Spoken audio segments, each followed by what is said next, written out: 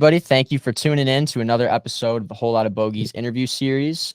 We have a really cool one for you guys today. It is going to be the best tech bag in the golf field. We have the CEO and founder of Minimal Golf Bags, Sam Goulden. Sam, I don't know if you want to jump right into it and talk to us a little bit about yourself. Introduce yourself to the people. Yeah, first of all, thanks for having me on. It's funny, like right before we went live, I was like, wouldn't it be hilarious if these guys were just roasters? And I haven't done my research. Like typically I'll like do some research and like try to figure out the feel and the vibe of the show. But for this one, I just had like a crazy week. And I was like, oh my God, what if I'm walking in to like these like two like podcast kids who are known for just like roasting. Yeah. So no, that's our other show we do on the we'll other save days. that for the other one, right? Okay, cool. Yeah, no, I mean, about me, I think I have kind of an atypical golf story. I grew up mostly like playing all the sports, but in a really small town where golf wasn't it wasn't just that popular, I guess. Yeah, I was like a neighborhood kid. We played baseball and soccer and football and everything in the backyards, but golf was one of those things that like when we did play, it was like a window was going to get broken and we were going to get screamed at. So I didn't play much of it until high school. And then when I was a senior, my high school was developing a golf team. And I was like, dude, I think I could do that. So I worked my way onto that golf team. And then after high school, without really resources or access to golf, right after high school, I didn't really play for another year and a half. And then I got a job at a golf course while I was at community college, and I got access to play and practice for free. And so I was washing range balls and pulling the carts out in the mornings, and then I could just practice and play as much as I wanted. And I definitely became obsessed. I think now looking back, I now I understand my brain a little bit better, but I for some reason I get a lot of joy from this just like repetitive drilling kind of stuff, which I think in a lot of ways made me the golfer I became and the coach I became. And that at that time at 19 years old, it was just like the perfect opportunity. I mean, unlimited range balls for my brain. It was just like, go. Perfect. And I read all those 100%. Books, like you got to hit balls till your hands bleed or whatever, and I was like, well, my hands aren't bleeding, so I can't stop hitting until they're bleeding. And that whole thing, like, I wanted to be the last guy on the driving range every day. And it's funny, I was just talking about this with my girlfriend, and it's like, dude, you tell people that all the time, that like you were the last guy on the range. Who are you really saying that for? Are you saying that for yourself, like so that you can be that cool guy who was the last guy in the driving range? Because or like, did you really need to be that last guy on the driving range? And I was kind of diving into that last night, actually. Like, psychologically, was I more enamored with the idea of people knowing I was the last guy on the driving range, or did I just care that much? So I'm still trying to figure that one out. But needless to say, I was the last guy on the driving range every night. And it got me. I was gonna say, definitely a good way to improve your game rapidly. You know what I mean? Definitely got a lot out of that. Yeah. Yeah, I got really good really quick. So I was the fourth player on a 5-man team in high school.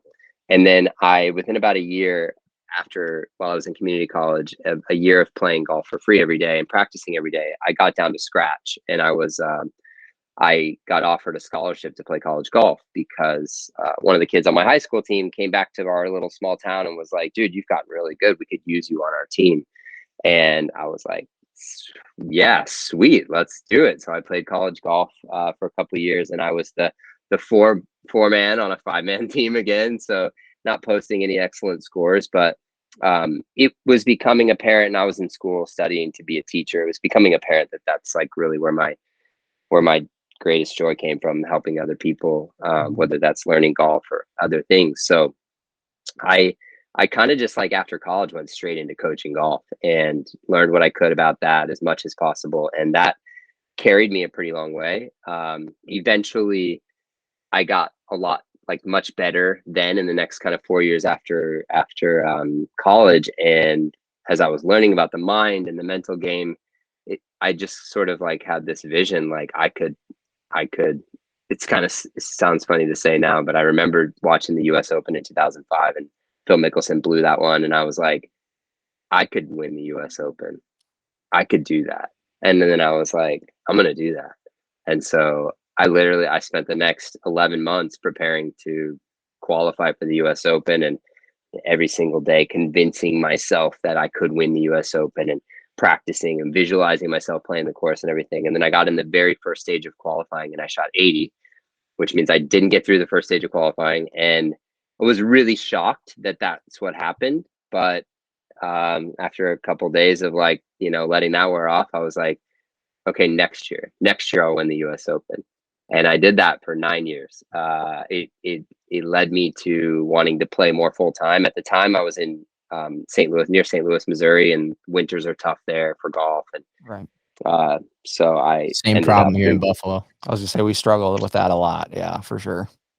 Yeah, and I just was like, man, I need to be in a place where I can compete every week against the best players in the world. So I moved to California, started playing on the Golden State Tour, and just all in, man. Just gonna win the US Open. That's all I cared about for 9 years. And then did a bunch of other kind of cool things along the way there, developed my coaching to a level that it was online and that I could create content for people to watch that I could get paid for. So that functioned as like my income and allowed me to go play Monday qualifiers and travel the country and play in tournaments. So kind of parallel to my working on my game and getting better as a player, I was still developing my coaching and developing an online coaching platform. And then, dude, it's like I did that for 9 years straight. I took a break when I started working for the 18 Birdies app. Do you guys know 18 Birdies, the golf app? Yeah, I was so funny. That's funny story. Ironic you bring them up. We actually they hooked us up with the premium features. We're going to be doing. Who were you talking to at 18 Birdies? Oh, I was actually like a whole bunch of different people because there's a long chain of getting to the final meeting that we had and everything. But the end goal is to be doing working on the marketing campaigns that they're doing, helping them with ads, and then just kind of showcasing the premium features like the AI swing coach, all that fun stuff. Because that's neat, dude. We were Have using you seen the AI swing coach? Oh yeah, we've used it. Yeah, I was gonna say, it's really awesome. Getting some of those 5 out of 10s closer to the 8 and 9 out of 10s for passing on every point you need to. I mean, spine angle is a big one for me, which I learned from the 18 Birdies app. I mean, it's pretty cool stuff. Yeah, like he was gonna say too, we were just using the app, like we loved it. You know what I mean? Satellite rangefinder right on your phone, everything like that. And then we ended up getting kind of in contact with them, and hopefully we can help them out with their marketing campaigns. We did a couple of videos already, so it's been good. Pretty cool. Yeah, and that comes back to that Buffalo thing where it's like if we were in one of those areas where we were able to constantly make on-course content, it would be so cool for working with brands like that. But we just we treasure the spring and summer and fall a little bit more, and the winter it helps us kind of hammer in on that podcast interview aspect and everything, and doing what we're doing right now. But 18 Birdies is the shit. They're awesome. Yeah, for sure. That's so funny. So I was playing in 2015. I was playing some tournament somewhere in the Midwest, and I got a call from one of my online students, this guy Victor, and he was like, "Sam, my friend's starting an app, and he's looking for somebody to help him kind of be like the director, the golf pro." And I was like, "Dude, I'm so down to help. What can I do to help?" So I get this call from Eddie Louie, the CEO, and he's like, at this time, they just have their office in Shanghai with all the developers, so nothing in the US yet. This is before the app was 2014? 2014, maybe. Okay. Anyway, but long story short, I was employee number 1 in the US and VP, and like it didn't last that long because I'm just a terrible employee. And but I helped, I really enjoyed helping kind of direct the vision for like what that app could be. And Eddie is like, I knew 7 years ago, 8 years ago, whatever, I knew that 18 Birdies would be the best golf app, period. Like it eventually would. Saw Eddie's vision, saw how hard he was willing to work at it and how much he wanted to see it through. And man, the guy is just like was willing to try anything and do anything to make the app the best golf app. And it literally, like at this point it is. But I knew that 7 years ago. And when I was leaving, it was tough because I knew I wasn't a great employee, like I said, but I knew this thing was so cool and I was so proud to be a part of it. It was tough to leave, but I'm really grateful that Eddie, when I told you the screenshot of the Zoom, I'm not sharing it because it's goofy looking, but it's Eddie. It's like, because Eddie and I would have these calls to like, he was based in San Francisco, but he would be in China at times. And so we'd have these calls at like 10 p.m. my time, and it's like 8 a.m. his time. And then we'd have another call at like 7 a.m. my time, which was like whatever, 10 p.m. his time. So every day he would catch me like right before bed and right when I woke up. So I know if he did a screen grab of me, I probably look pretty goofy too. But I have a really hilarious one of Eddie, just because it would always freeze because we're like talking to somebody in China, you know? Yeah. Right. But yeah, man, that app is so good. And I'm really grateful that Eddie has kind of kept me to be a part of it. Like I helped with AI coach a lot, recorded a ton of the coaching, the drills that you do. So it says like, you did this wrong in your swing. This is something you need to improve. And here's a drill to help you improve it. That's me in a lot of those. That's awesome. Yeah, that's so cool. Yeah, so I was on that 18 Birdies app project, and I'm so grateful that I did it because it took me away from competing full time. And I literally I have this meeting with Eddie, and he's like, "You're doing terrible," and I'm like, "I know." And I'm like, he's like, "Take a month off and let's rework this so that we can figure out a role that makes sense for you here at 18 Birdies," because he didn't want to see me go either, and I didn't really want to leave. But I come back, I fly home from San Francisco, and I'm like, you know what? I'm gonna focus on golf again. I mean, now I get to go back to focusing on golf. And literally, dude, the first day on the driving range, I'd been there for like 20 minutes, and I was like, why did I ever want to do this? I literally was like, I didn't know. And like now I kind of know what happened, but like it's so weird that one thought I could win the US Open directed the next 9 years of my life. I like did everything for that. And to the degree there's this surf podcast that I listen to now, and the guy uses this term a lot. An unhealthy relationship to surfing is what he had. And I can definitely say that my relationship to golf was unhealthy in the fact that like I lost the other 80% of the 4 out of 5 things that bring me joy in my life, having relationships with friends and family and all this stuff. I got a big chunk from golf, but I lost a lot of just like life that that decision took away from me. And though I absolutely don't regret any second of it. I mean, I love the whole journey that I was on. But in that day, I remember standing there on the driving range and being like, holy shit, you did this for 9 years. And it was just because you like thought you needed to prove a point that you could. And after that, I was like, man, I need to go on like a spirit quest journey. So if you've seen the movie Yes Man, it's most even to that. It's like, I would only say yes. Like if someone asked me any question to do anything, as long as it didn't conflict with my morals or it wasn't financially irresponsible, I would say yes. And so, one way to live. Yeah, it was so cool. It's like I strongly encourage anyone to try it if you can find yourself in a position. I feel like you're going to experience so much that you truly would just never have done before if you try that. Because there's so many things where you can just make an excuse up in your head as to why you shouldn't or won't or don't have to do it. Or not going to like it or whatever it is. You know what I mean? Yeah, that's awesome. It's cool. Like that. I would say the number of times that I've actually been able to like tangibly like write down the effect of that saying yes is probably somewhere in like the 75% range.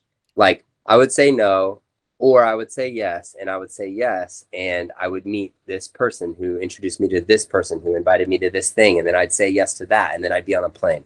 Right. So, you know, just really so cool. And the way I view it now is that like when we in our lives, if we have like some semblance of an intention, some idea about like the life we want to live or the things we want to achieve, if we have that, if we're just holding that, like, you know, someday I'd really love to like travel to Europe, if that's in there somewhere, if we've answered that question, like, what would I like? What would I like to have? Or what would I like to do?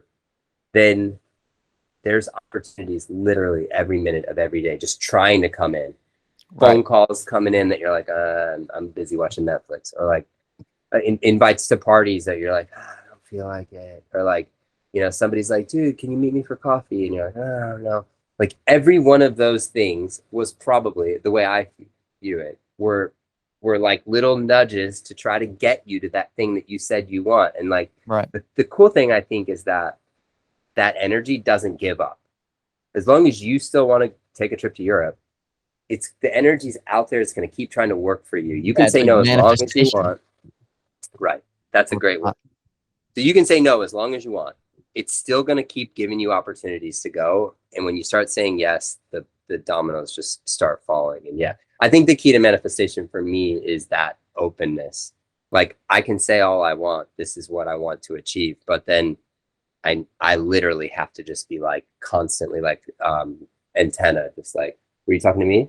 Is this about my thing that I said that I wanted? Like, Yeah, right. Is this about that project that I wanted to start? Or are you the person who trying to draw those lines and connect those dots? And you never know where it's going to come from. Like you said, maybe it's even a party that you don't want to go to, but then you're going to meet this guy who knows this guy, and then you're 2 more handshakes away from, someone really, something that's going to lead to your dream, And even having the confidence, like I didn't have it when I was younger, but having the confidence to just ask people, like, I mean, I've even asked, like, who are you in my life? Like, hey, man, nice to meet you. Like, talk for like 5 minutes and be like, what are you doing in my life? Yeah. And they're like, well, I don't know. Like, what do you do? And then you tell them your story and and you're like, oh, shit. That's what you're doing in my life. There you go. Good work. That's good work. It's so stupid, man. And so, like, some people probably would be like, why is this guy asking me? What a weird question. But like, you just start looking for it. Like, why is he here right now? Why is she here right now? What's this? How's this serving me? Because I know it all is, because I'm living an intentional life. I've got intentions. So all of this is here to serve those intentions. So like, what are they? What are you guys doing here? Right. Exactly. And that's why I said yes to this podcast. Because when I do that, it's always so fruitful, and it's challenging when you're like going through times of stress or whatever. But man, that's the times you need it the most, I feel. But anyway, so I'm saying yes to everything, and I'm in Missouri for a little bit, where I'm from, and then my buddy's like, when are you coming back to California? And I was like, see you there next week. So I hop in my car and I drive to California, and then I'm in California at an Airbnb for a little while. Like, what am I even doing here? And then one of my buddies is like, dude, you should help us with the PGA show in Florida. My friends from True Links were the golf shoe company. And I was like, all right. So I drove to Florida in my car, drove to Florida, helped them at the PGA show.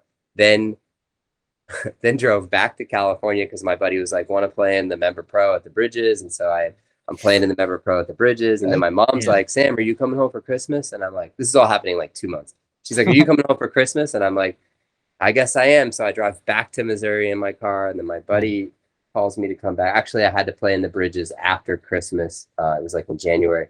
And I think that's when it was in January. My buddy Charles, whose family owns a resort in Puerto Rico, who I wouldn't even know if I hadn't said yes in 2013 to playing in the Puerto Rico Open qualifier, and then said yes to going and playing this brand new resort that was opening up on the far side of the island that I didn't want to drive to. I just wanted to practice.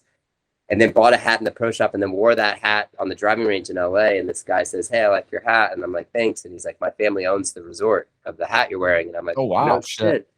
And I'm like, well, who are you? And he's like, my name's Charles. And he's like, who are you? And I'm like, oh, I'm a golf teacher and I play golf. And he's like, can you give me lessons? And then we become friends. I help him with his game. We become friends. So years later, we're playing in the member pro in Rancho Santa Fe at the Bridges. And he's like, well, what are you going to do? And I was like, I don't know, Charles. Like, I really don't know. I'm just like writing the yeses for now. And he's like, you know what you should do? The superintendent at Royal Isabella just quit, and he's selling his house, and it's right on the golf course. And mind you guys, Royal Isabella is my favorite place in the world. It's the most challenging, most beautiful golf course in the world, in my opinion. It's in Puerto Rico. It's on a cliff. It's like Pebble Beach meets Scotland in the Caribbean. Wow. It's so sick. You guys have to. You're not far. Go to New York, go to Newark, and fly direct to Aguadilla, and meet me down there, because I'll be down there next week. Dude, for sure. Yeah, that would be amazing. Just say yes. I know. So I go down. Gotta get out of this weather too. That would be. It's enticing. That's for sure. We can film whatever you want to film. So Charles is like, you should move. He literally says you should just move there and do that. Like, so this is the biggest yes I've ever said, or the biggest yes I've ever like said yes to. This is the biggest yes ever. And he's like, you should move to Puerto Rico, move into this guy's house. It's this amount of money. And what's crazy is I had just gotten approved to buy a house for that exact price. I mean, we're talking the same number. It was a house back in Missouri that I was like, oh, I could live on this golf course and teach lessons for the rest of my life. And I got approved for a $160,000 loan in this like awesome little ranch house on this golf course. And it was going really badly. Like, the owner was like, I'm going to give you this tractor. And then he was like, I'm taking the tractor out. And all this crap was happening. And I was like, you know what?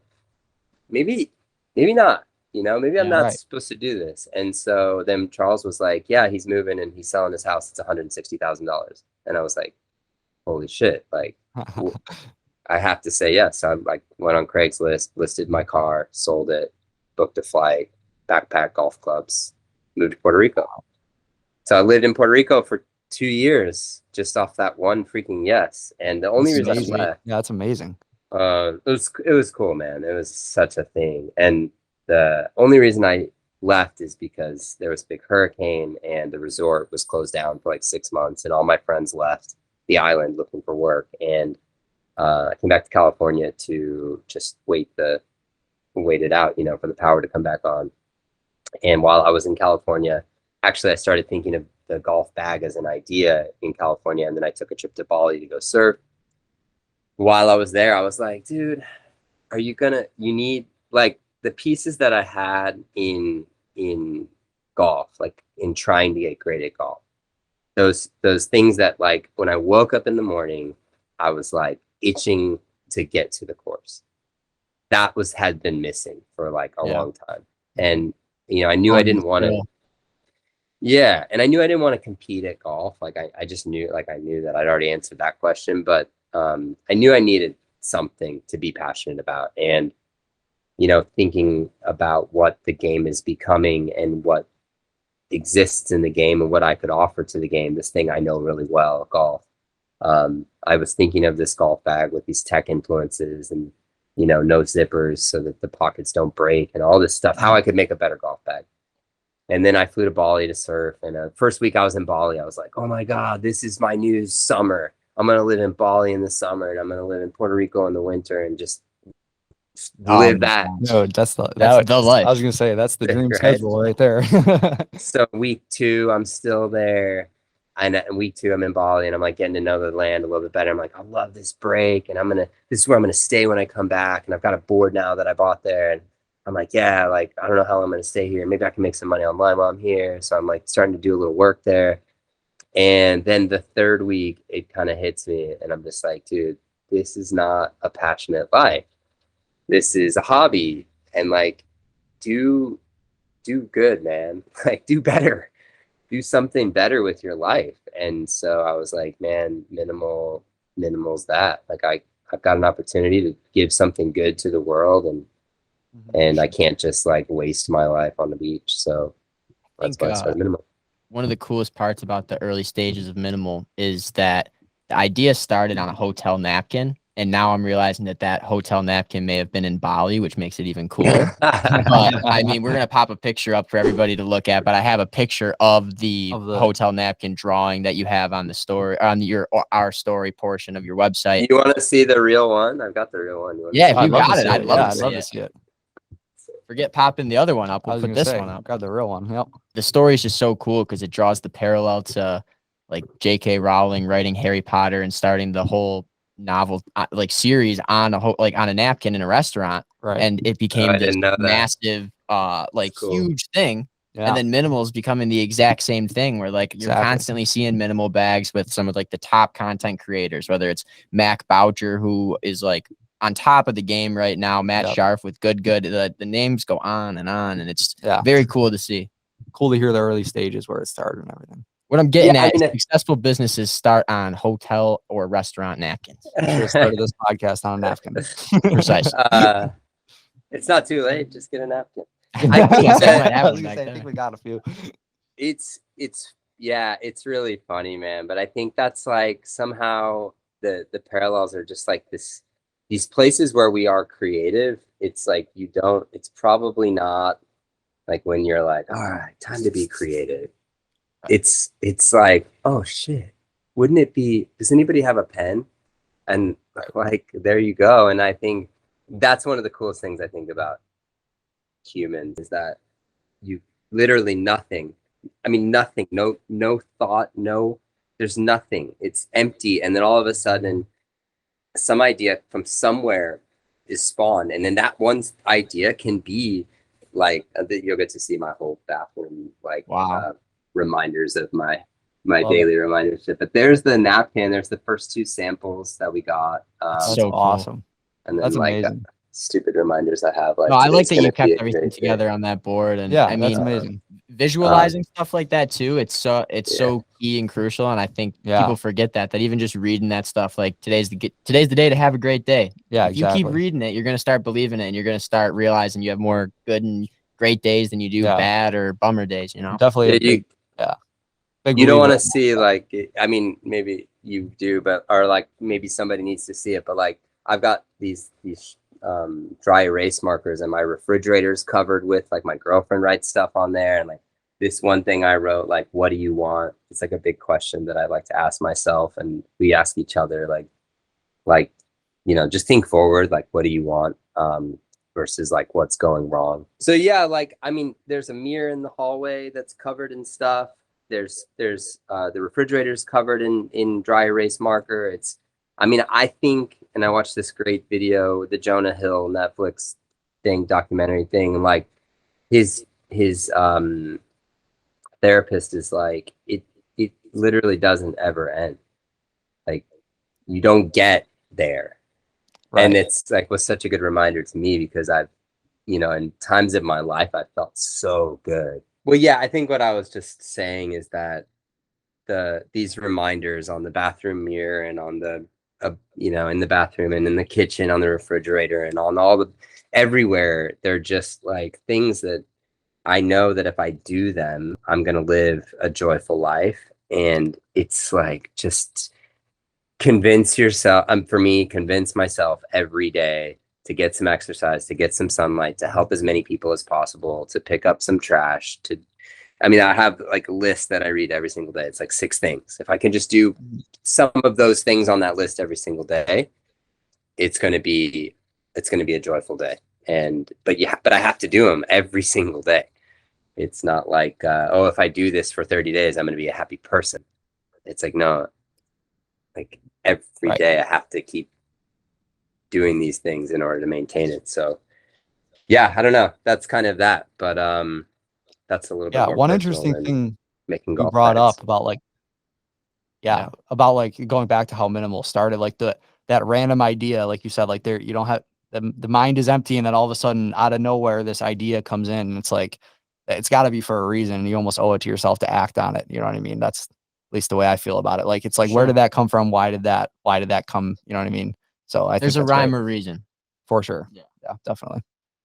Yeah, and I think it goes, for me, I guess I'm like, what am I doing on this planet? Like, why am I here? And maybe I can link back all of that golf that I played and did. That one question I had, like, or that one thought I had, like, I could win the US Open. That like shaped the next 9 years of my life, which made me an expert at golf competitively and as a coach, which allowed me to have that new thought about how to make a golf bag better than the previously existing ones, which now is turning into how to make the best golf bag, but not only the best golf bag for golfers, but the best golf bag for the planet. And all of the products we're making literally have that criteria. It has to be better for the golfer, and it has to be better for the planet. And now it's like, oh shit, that's meaningful. Like, selling a golf bag is cool. Making a new golf bag product is cool. Like, I love all that stuff. It's fun. It's creative. It's interesting. Napkin to like product. It's fun.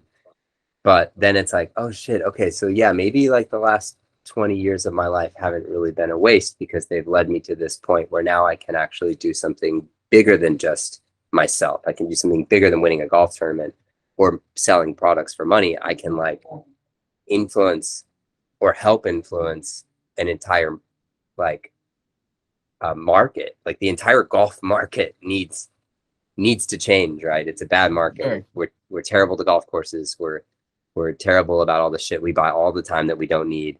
And if we can we can be the generation to change that. And I think I'm a little bit older than you guys, so I kind of look at you guys as like I want to give you guys the opportunity. I'm not that much older than you guys, but I feel like with the things I'm working on right now with Minimal Golf and with this new company, this foundation I'm starting, Rewild Golf, which I'll tell you about, it's so sick. It's an opportunity for your generation to be the generation that makes golf good for the environment. Like, not not better than it was, not like using less water or less chemicals, like literally. So rewild golf is the concept is we find there's where you guys are in Buffalo, there's got to be an industrial area somewhere, right? Where there's old buildings that are empty. Anyway, yeah, there's a bunch. Yeah, right. So I send you guys out on a mission. You guys have to find one city block of a vacant building that's been condemned and nobody can use it anymore. You find that property, we buy it. We bulldoze the whole thing. We recycle and reuse everything we can from that site, but then we rewild that property, meaning we replant what would have been there 150 years ago. That's amazing. This isn't my idea, but it is amazing. This comes from Doug Tompkins, the founder of North Face, who donated like 2.2 million acres to the Chilean and Argentinian government, I think. Yeah, for national parks. Like that's his legacy and ridiculous. And I'm like, you know, I know how bad golf is for the planet. And I'm like, maybe we could use that rewilding concept of like buying up properties that were used for grazing, for farms, or for, you know, industrialization, buy those properties, make them wild again, and then somehow route a golf course through it that could be played. And for sure, we're talking about Niagara Falls. I guarantee there's a neighborhood around this giant warehouse that would benefit from a little pitch and putt 100%. Style golf course. Definitely.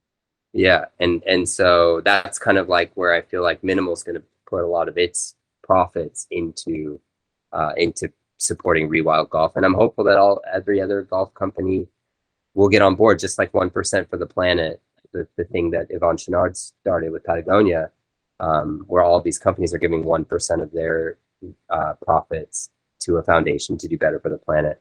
I feel like golf can do that too, and if everybody gets on board, it's plenty of money to do these projects because they're not expensive other than buying the land, but they're not expensive because we're not building like 5-star resorts. We're just letting the land get back to its natural state. Yeah, go back to how it was.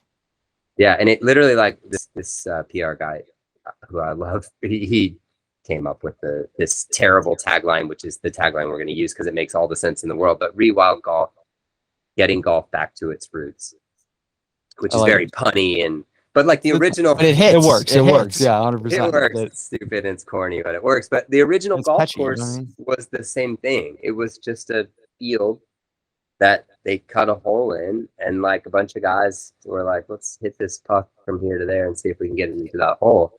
Right. And whoever gets it in the fewest hits wins. And it was like, let's make a bunch of holes. And then now we're off to the races and we've got golf. And like, so golf existed before chemicals and in different strains of grass that we've invented for our own pleasure. Like, Jesus Christ. We're so crazy, dude. It is crazy. And the blends of the grass, the percentages, everything. Right.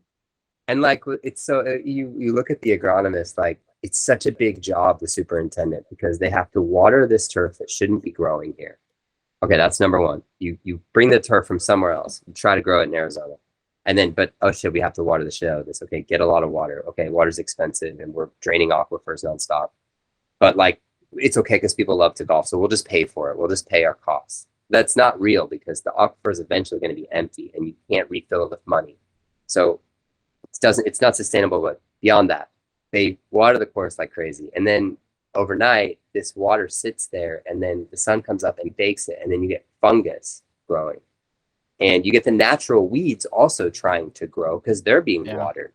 Now you have fungus and weeds. So you have to go in there with Roundup equivalent and fungicide. So your budget to keep a golf course just alive in the desert is like $1 million a year. Oh yeah. Yeah. It's something that a lot of people think about too, I feel like, or not the average golfers thinking about all that. There's a lot to it. For sure. No. And you guys, like it literally, like, it can just be like, all right.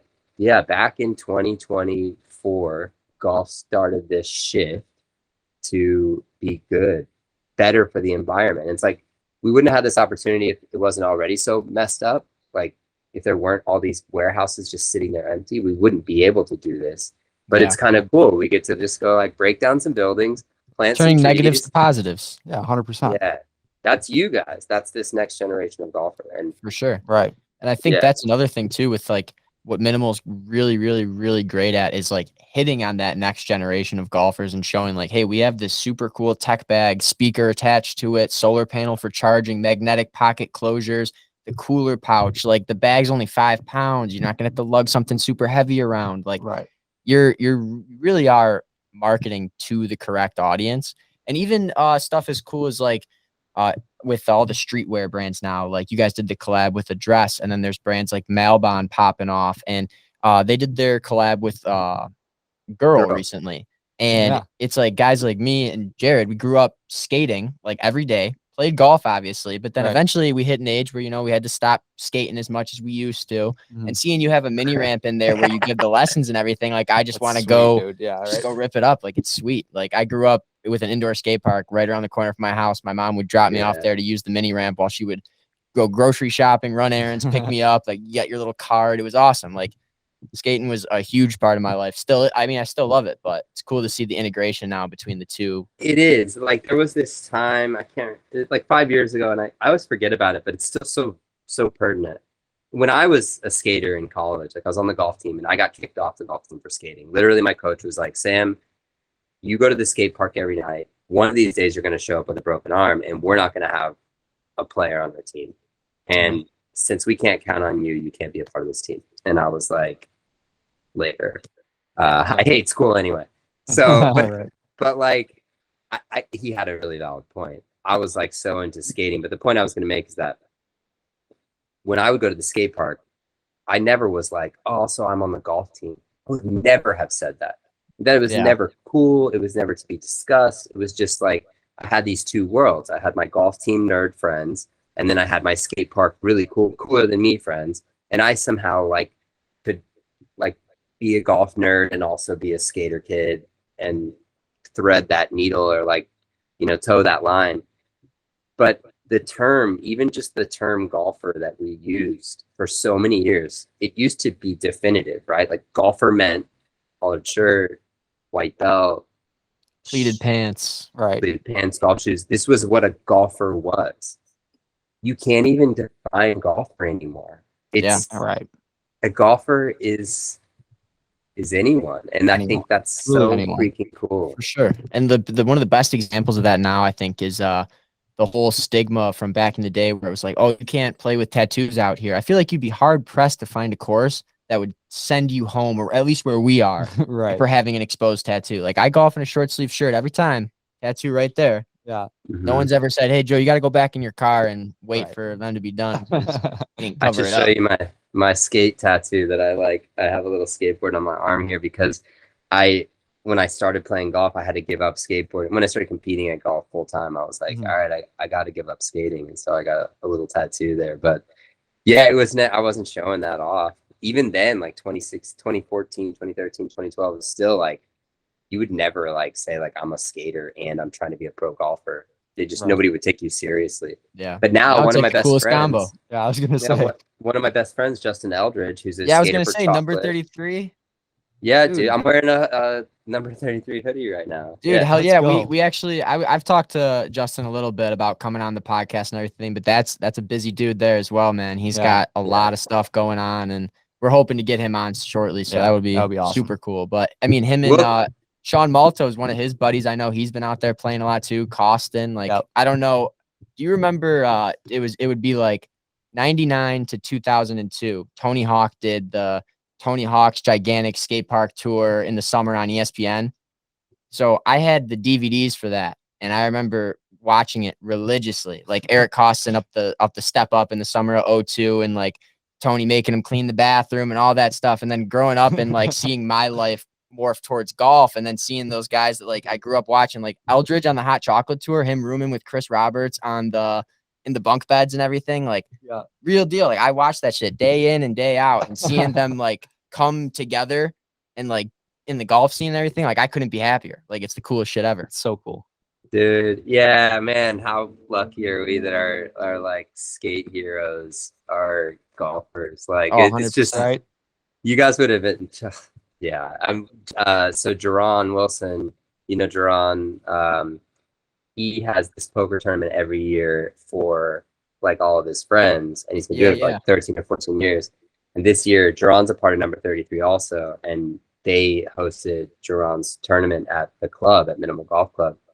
And dude, you would have like, I mean, like I was like, holy shit, like this room is full. This is like the girl team, the chocolate team, and like a few other. It was like, oh my god, like come on, sitting there looking around. My girlfriend's like, who's that? I know he's a pro skater, and I'm like, yeah, like that's Guy Mariano. And like, my god, yeah, come on. That's like Sean Malta, yeah. I mean, it was just like the whole. That's I based my whole early like middle school, high school years off of would Mike Mo Capaldi do it, you know, like the guys that like you just look up to. There like, too, yeah. Shit's so sick, dude. Sick. Yeah, that was a cool one for me because I was like, yeah, dude, well, you can host the thing at my spot, yeah, whatever, no big deal, like whatever. And LD's like, dude, it's gonna be sick, like it's a lot of cool people there. I'm like, yeah, whatever, man. Like, I don't, it's cool.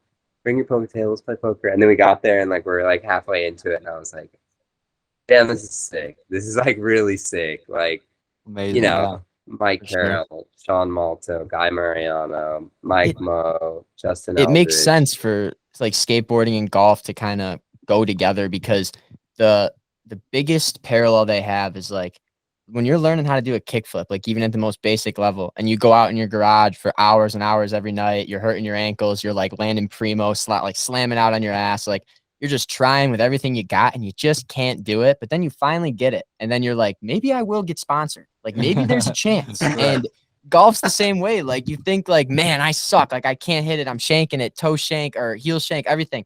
And then next thing you know, you hit that one buttery draw and it like lands right next to the pin. And you're like, I don't know, man. I'm not too bad. I'm not too bad. Right. Dude, it's so, yeah, me and LD have been through these parallels like so many times. We're starting this this little like just fun project called Everyone Golfs. And we've talked about these skate parallels so often, but like, yeah, dude, like, I mean, I was learning switch kickflips, so I'm like a creature of habit when it comes to golf and skateboarding. Like, I like to get something locked and then dialed, and that's it. I want to see the same ball flight every single shot. So when I would go to a skate park, I would every single time I'd be like, okay, I'm gonna nose grind that ledge, I'm gonna kickflip that pyramid, like, and I'm gonna people grind that rail, I'm gonna nail my tricks at this part. That's what I would do every time, and I only had like 4. Well, I just listed them all up. Yeah. So like I never learned the same way. You got your handful, you got your bag. You know, you wait for the end of the sesh to pull out the cool shit. But but yeah, and fun. Like not that long ago, LD and I was like, dude, I've never learned to like do a good switch flip. And like we just sat there in the club for like 2 hours, and he's like doing them and I'm doing them, and finally I'm like popping them and catching them, and I'm like, yeah, dude, switch flip. I know what you mean when you're learning switch flips, they rock it. You know what I mean? Like they want to just come up and not level out, and nothing looks worse than an upward spinning rocket flip type thing especially if you're trying to do it switch and like, you know what I mean? Like, so I know that feeling. That's tough. I never got switch flips, to be honest. I got switch big spin, switch shove it's all that, but like the flips, they're not clean for me. I got them at 43, dude. You got a long time, and I really learned to do tray flips well, like last year. So like, I don't know, and I think that's the thing. It's like, okay, I've got this club, and there's this ball, and there's only a couple rules. Like, literally have to hit the sweet spot. The back of the ball has to hit the sweet spot. That's it. That's the only rule. If I do that, whatever curve the ball has is not going to be so much that it's going to be unplayable. But if I can somehow hit the sweet spot with the proper attack angle, I can hit like a really efficient ball.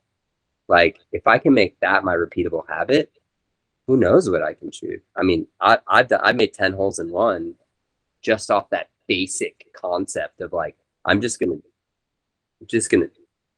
make sure that the sweet spot on the ball, club face square to the arc, just drive into that over and over and over again. And then it's like so repeatable, I can do it every single time. It's like, bring me your pyramid, I'll kick flip it. Yeah. You know? Right. And I think these things are just running down the same parallel highways, you know, and right. Yeah, very parallel. Skating, pool, golf.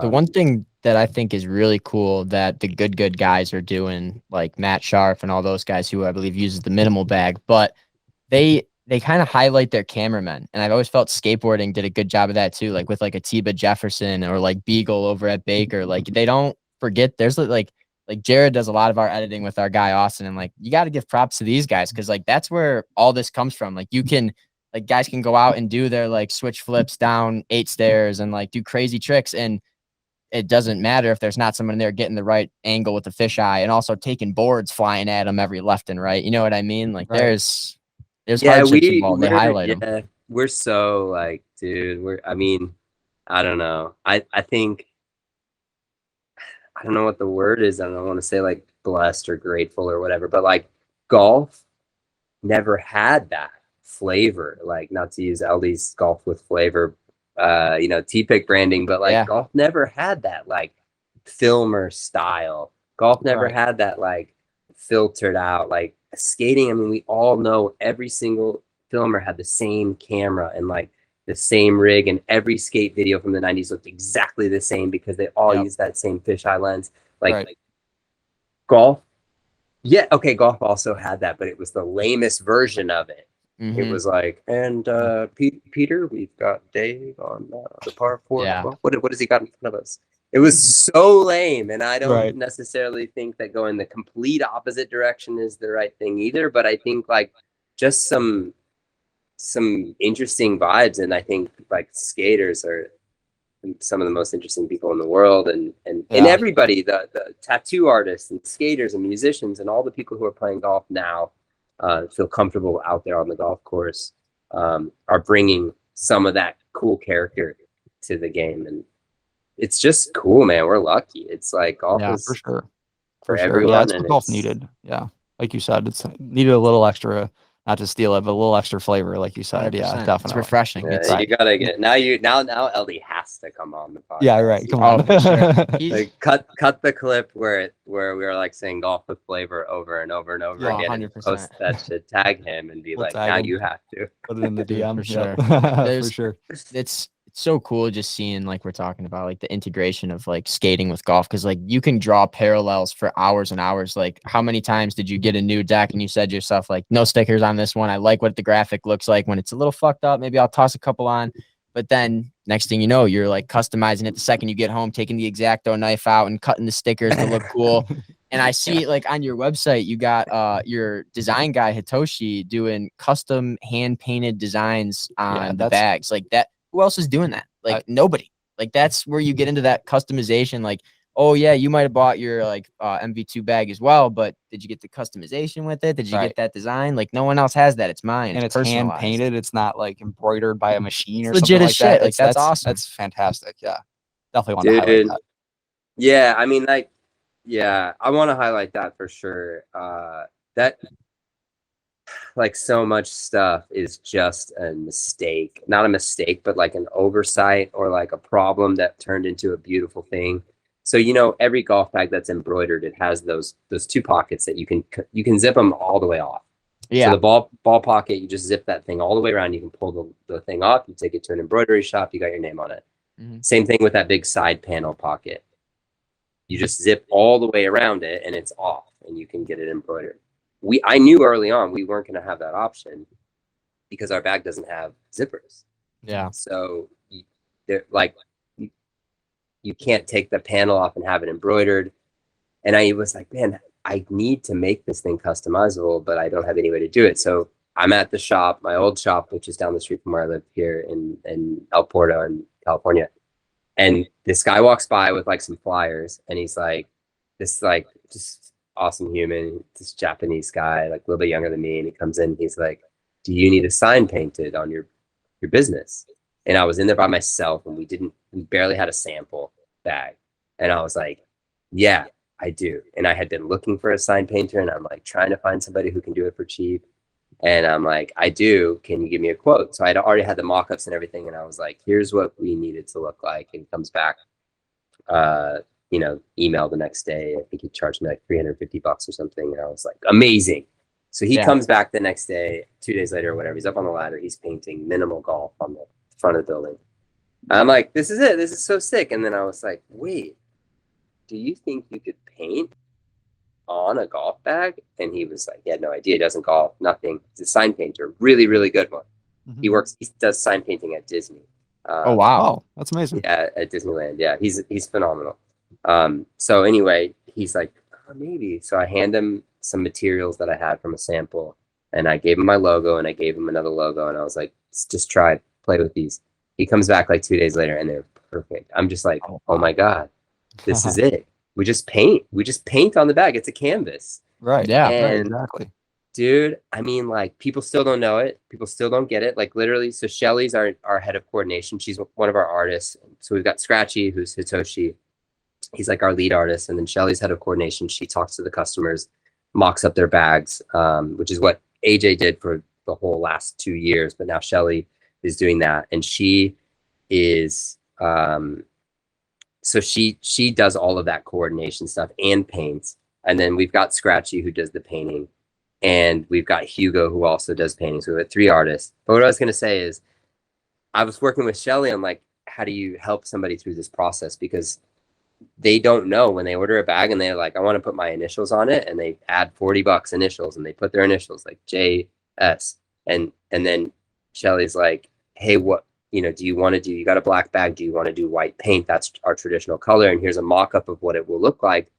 Or do you want to do any other color under the sun? We can do red, we can do blue. So she shows that, and she's like, we could also put it here in this position. And then the people come back, and this guy yesterday came back, and she said, like, we hand paint the bags, we can do this anywhere. He comes back, and he's like, yeah, I really like the way it looks with red thread. And I'm like, still thread. Yeah. We said we can paint, it's hand painted, customized, we will paint it on your bag. You paid for it. You bought this golf bag, but you didn't know that your bag was going to be hand painted. And so it's crazy still. I mean, it's not crazy, but I guess it's still like, we've got to let people know that when they order their initials on a golf bag, it's going to be hand painted. An artist is going to sit there with the tiniest little brush ever and like paint their initials on the bag. It's going to be one of a kind, the only thing that exists like it in the world. And yeah, I think it's like, I don't know, like, the golf bag itself, it's good. I think it's the best bag. It serves the younger or like the modern golfer really, really well. But being able to customize it for me was so critical. And the fact that we just like came into the coolest possible way to customize a golf bag, right, because of this other sort of functional thing that I wanted to have, no zippers. Yeah, it's a cool story and how it all happened. And now it's 40% of our orders are customized. So wow, that's awesome. I was gonna say, we always say, like, I say it all the time, but golf is a gear game, right? Well, everyone wants to have the best bag, which is obviously your bag, and then you can have this extra touch to it. So say by happenstance you pull up, someone else has the minimal bag. It's like, did you do this? Did you get this? It's awesome. It's definitely important for sure. Yeah, and it's also important because we have only 2 colors. Right. Well, that's one of the things too, I think we have to hit on is, if you were going out to eat, like, let's say you're hungry, right? You're in the mood for some Italian food. You're going to go to the Italian restaurant or the Mexican restaurant. Mexican restaurant has great Mexican food, right? But you're probably not going to get the Italian there. If you go on a website and they're only selling the golf bags in 2 colors, you know that they're doing it correct and that they've had success with it because they don't have to sell anything else. You know what I mean? You know, you're truly getting the best product. Right. Like, if you just break it down as simple as you can, like, I was going to say, it also kind of plays into the whole minimal thing, like just the black and the white, you know what I mean? So it definitely hits on all different platforms for sure. I can tell you, dude, there's 100 reasons why we only have black and white. And a lot of them are just like, I don't know. I need somebody to draw me a prettier red one. I like the white one and I like the black one. And yeah, exactly. I'm like, these are sick this way. Let's just like customize it any way you want. But then like I see some designs people do and I'm like, those are cool. But there's this other problem when I'm constantly updating the bag. Like every new order we get, there's a slight change to it. You don't know. Most people don't see it. But I'm like, man, if that piece right there was like a little bit better, the pocket would work better. And so the new ones come in and they're different. And if I ordered red and blue and black and white and yellow and green, if I ordered the 11 colorways that most companies have, or the 8 colorways that most companies have, I'd have to order like 200 white, 200 black, 200 yellow, 200 blue. And what would happen is I'd be stuck with that model until I sold out of all those bags. Right. Or I would have to dump them all at a cheap price. So that means that I would have to build in my current price higher. I'd have to make the bag like $499 so that I could mark it down when I needed to get rid of it. Right. And that's not that's not in line with my mission. I want environmental responsibility to be accessible. And though I can't make the bag any cheaper than it is right now, just because of the freaking cost to make this thing, I don't want to make it more expensive and then make it so that I can add discounts later and that I can dump it at the end of the year. And having multiple colorways makes that kind of like, it's like a built-in problem. And yeah, so at the moment, black, white, put whatever logo or cool thing you want to put on it to make it your own. Do as much or as little cool artwork as you want, and that's where we're at. I mean, someday, maybe when we're bigger, we can order more. I'll bite off that different colorway problem, but I don't know, man. It's a tough one because I don't want to make the price any higher than it is, and yeah, so that's kind of where I'm stuck. Yeah, you're serving your consumer by doing that too. You know what I mean? Not making, like you said too, you order all those bags and all these different colorways, and then you're stuck in that business model, and you got, like you said, 8 different SKUs of products that you have to deal with and have to sell off. And then, like you said, you don't want to bunch up the price at all anyway too. So that's definitely good. Yeah, and less decisions, man. I mean, less decisions makes life easier, right? For sure. Like, 100%. So just streamline everything and make your life easier. For sure. Exactly. But so, excuse me. No, you're all right. I mean, so obviously you have the dopest bag in golf. What do you keep in your bag? Like, what's the club situation looking like right now? What ball are you feeling? What's the bag looking like? Yeah, maybe is there something in the bag that isn't golf related that might be exclusive to your bag? Oh my god, my bag has nothing in it. Like, I mean, I can't believe people want more pockets all the time, because like I go to the course and I literally have 6 balls, a glove, 3 tees. The ball marker comes with the bag. It's on the bag. I've got a Bluetooth speaker.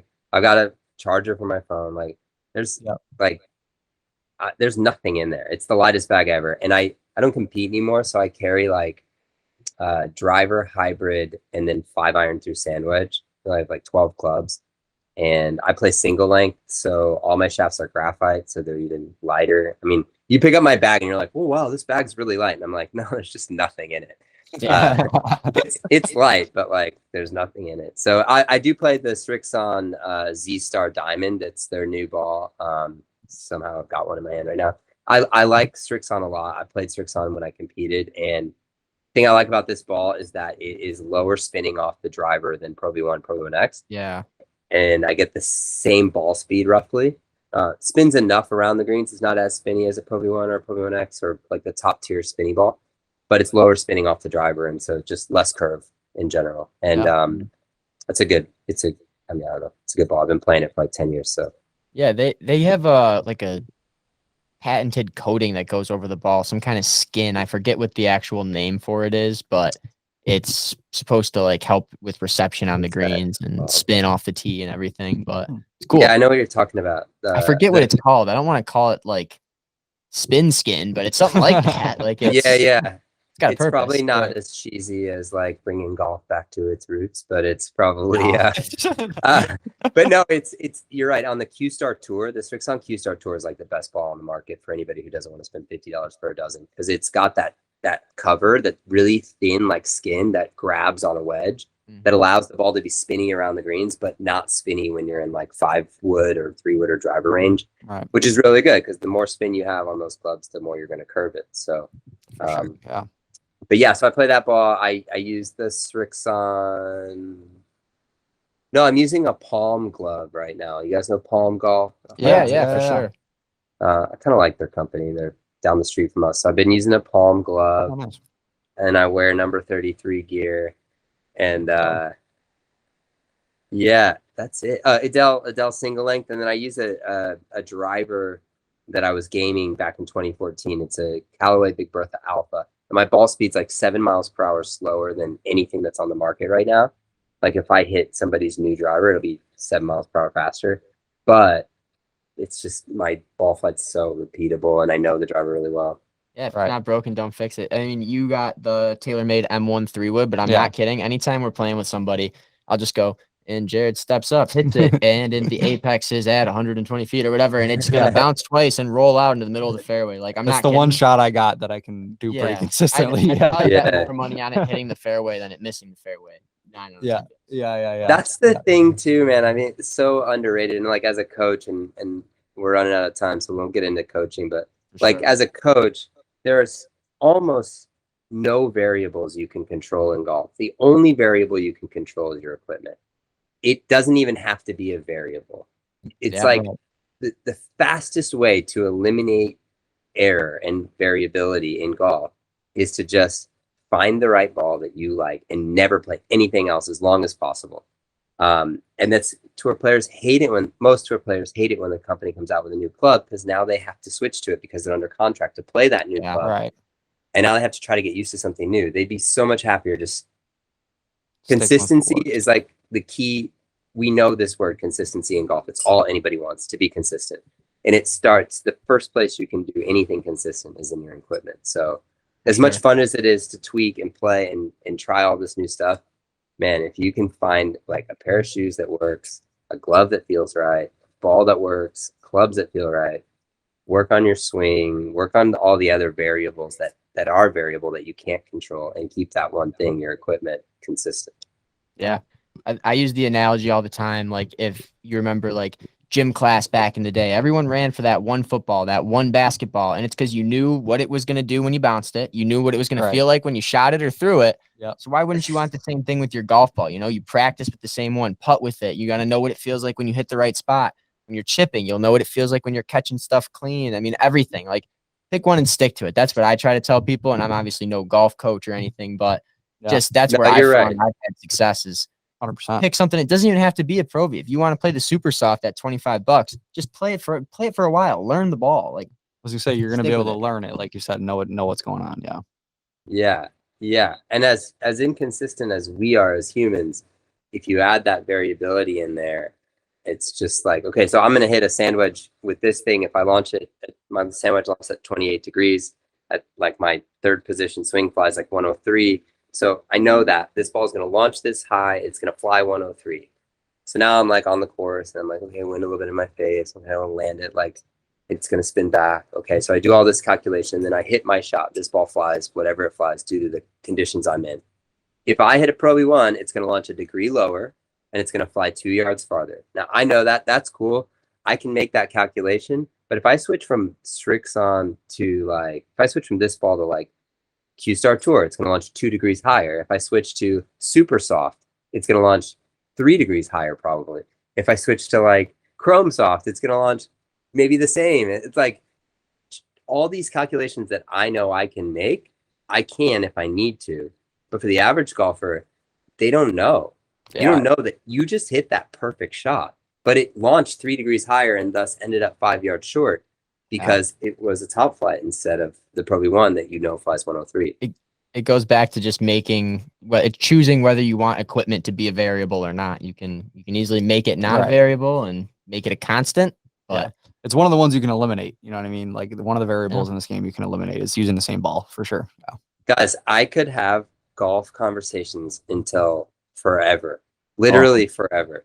Yeah. But I'm running out of daylight. I was going to say you got a sunset surf to make. Yeah, exactly. What do we need to make this like the best closing of a podcast ever? Wow, dude, I don't know. Do you have a skateboard near you? You got a kickflip for us? I am going to learn fakie frontside flips. I don't have a skateboard near me right now. I do have a kickflip for you. I have a good kickflip. Yep. I'll tell you what. I'm gonna tell you the dims of the board I'm gonna ride today. Okay. Let's see it. Okay, here we are. Oh. This is all still wired with the pods. So this is a Channel Islands. It's an Almeric. It's a sampler. It's an old model, but it's like really reliable and consistent. I've got Dane Reynolds large fins. Dude, that's awesome. I've got simple leash, which is made from recycled materials. And then love to hear it. This is a 5/8, 19 1/4, and 2 3/8 thick. And it's made out of polyurethane, which is like the worst thing on the planet, as you guys well know, as far as stuff that like lasts forever but doesn't last forever. Like it becomes not useful at some point, but it will last forever. But the cool thing about surfing is that this board has had probably like 5 lives. It's had, I bought it used from a dude who bought it used from a dude who probably bought it used from a dude who bought it new from a store 15 years ago. And it's a freaking great board. I got stickers on it to cover the holes, and I clean it up, and it's like, yeah, it's kind of that whole like, well, this thing's in existence. Let's see if we can make it last a little longer so that it's not in a landfill yet. But that's the board I'm going to ride in 5 minutes. Oh, that's awesome. Yeah. It's cool to see you have multiple hobbies too outside of golf, you know, being able to get out and surf and let loose and just enjoy the day, enjoy the sunset. Yeah, exactly. It's cool stuff. For sure. The 2 things that ticks the boxes for being in nature and getting some exercise for me, that I try to do every day, because those are like added joy to my life. So yeah, surfing is awesome for that. Golf's awesome for that too. Getting that vitamin D. Yeah, exactly. Sunlight is always good. For sure. Cool, man. But Sam, thank you so much for hopping on great. and talking to us about Minimal. Company's awesome. We loved hearing about it. We're sure the audience is going to feel the same way. 100%. Yeah, I thought it was a great conversation. We love the product. Like I said in the beginning, we want to highlight brands that we like. So yeah, this has been great for sure. Well, man. All right, next one, we're gonna get LD on the show. For sure. That would be awesome. For sure, man. All right, boys. Thank you. Reach out with anything else. Otherwise, happy golfing. Yeah, absolutely. Enjoy the surf. Enjoy the surf. Adios. Alrighty. See ya.